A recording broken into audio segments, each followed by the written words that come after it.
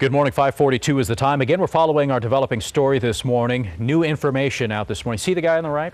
That is the chief suspect in last night's double murder at the Richmond-San Rafael Bridge toll plaza. That's the live picture you see there on the left. The suspect's name is 46-year-old Nathaniel Burris. Police say witnesses identified him as the shooter. He shot a man in the parking lot at the toll plaza, then walked up to a toll booth and shot one of the toll collectors before speeding off on 80 headed towards Sacramento. They put out an all-points bulletin, and early this morning at about 3 o'clock or so, the CHP did find his vehicle, pulled him over, placed him under arrest. So he is in Placer County Jail this morning. Richmond police officers and investigators will be heading up there to question him a little bit later on today, and then determine when and at what point they'll bring him back to the Bay Area to face charges. As for the motive behind all of this, at this point, Richmond police investigators believe that there was a past relationship between the suspect there, Mr. Burris, and Deborah Ross. That's the 51-year-old female toll taker who was shot while working in one of those booths there. They believe they had a past relationship at one point, maybe even lived together, and that this possibly was the tragic end to some sort of domestic dispute between the two. Exactly what relationship the suspect had with the man that he shot in the parking lot off to the side of the toll plaza, they're not quite sure yet. They're looking into that this morning. We'll have more on this story as it develops throughout the day. All right, from here, let's go on to some other California news this morning. California's lieutenant governor has ordered Capitol flags lowered at half-staff in honor of Governor Schwarzenegger's mother-in-law. Lieutenant Governor John Garamendi is the state's acting governor at the moment, while Schwarzenegger is in Massachusetts with his family, his wife's family, the Shrivers, as they again remember and commemorate Eunice Shriver. She died Tuesday at the age of 88 with her family at her side, including First Lady Maria Shriver. Garamendi ordered the flags lowered for 72 hours to honor the founder of the Special Olympics. All right, also take a look at this mess. This was the damage left behind after Saturday's riot at a state prison in Chino. Sinks ripped off the walls, toilets smashed, mirrors smashed. You can see here it's just an absolute scene of chaos inside. Officers say 11 inmates are still in the hospital being treated for the wounds that they suffered during this riot. One of them was upgraded to serious condition. The rest are worse. The riot apparently started when a fight between a black and Hispanic inmate erupted into a full-on brawl between hundreds of prisoners. The prisoners remain in lockdown while an investigation continues.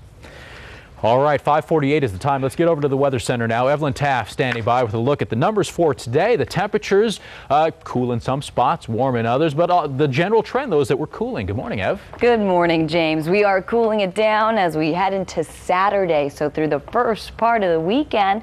Then by Sunday, we're going to warm it back up again, so a little bit warmer and a little sunnier as well.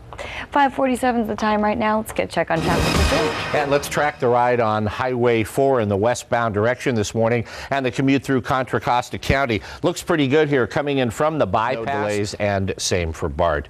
And because of yesterday's shooting, we still have some closures at the toll plaza for the Richmond-San Rafael Bridge. Lanes 3 and 4 are still shut down, but so far that's not a problem. There's no backup. That's in the commute direction for westbound traffic on Interstate 580. James. All right, George, thank you very much. Now to some other developing stories this morning. The search for a missing 5-year-old Hassani Campbell continues. He went missing on Monday. KRON 4's Teresa Stasio talked with the boy's family. Take a listen.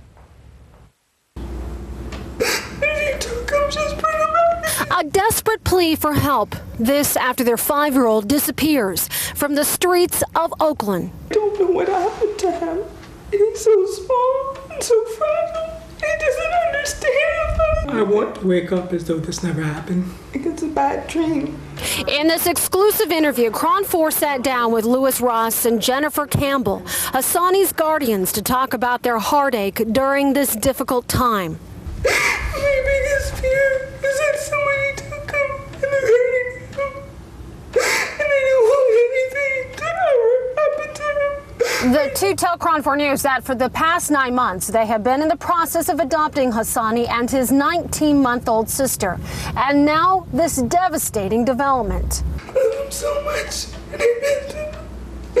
And I want to hold him, and I want to play with him, and I want to kiss him. Teresa Estacio, KRON 4 News. And of course, we'll be following this story. If we find out anything new this morning, we'll let you know here. If it happens during the day, check our website at KRON4.com.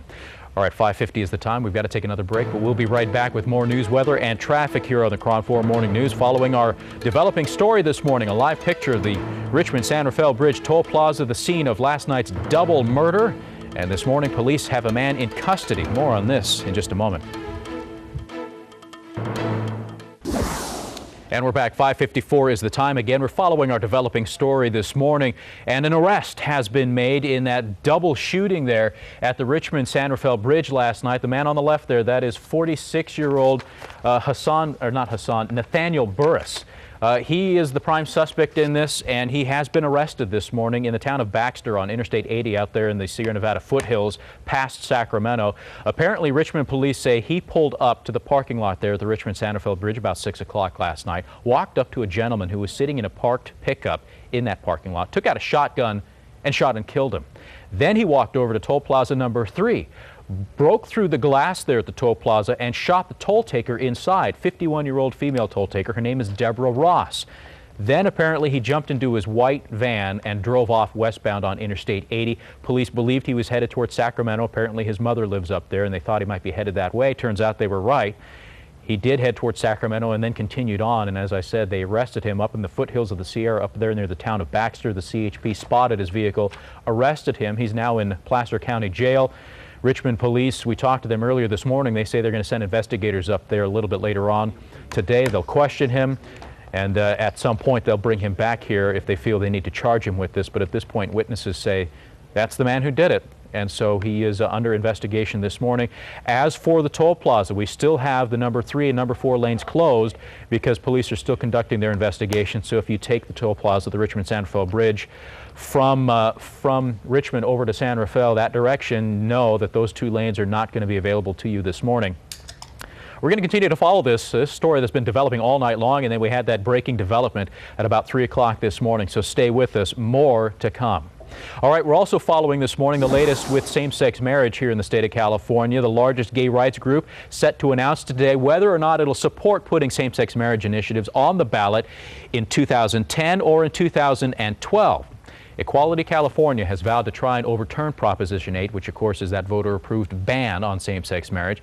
But same-sex marriage supporters have been divided over which date is best. Will it be 2010 or 2012? They have to gauge the mood of voters right now. We'll let you know what they decide. That decision expected to be announced sometime today. All right, 5:56 is the time. We've got to take another break. We'll be back. Let's go outside, give you a live look as we go, and a shot of the San Mateo, well, our roof camera here. The fog is there. We'll have a full look at the forecast coming up in just a moment.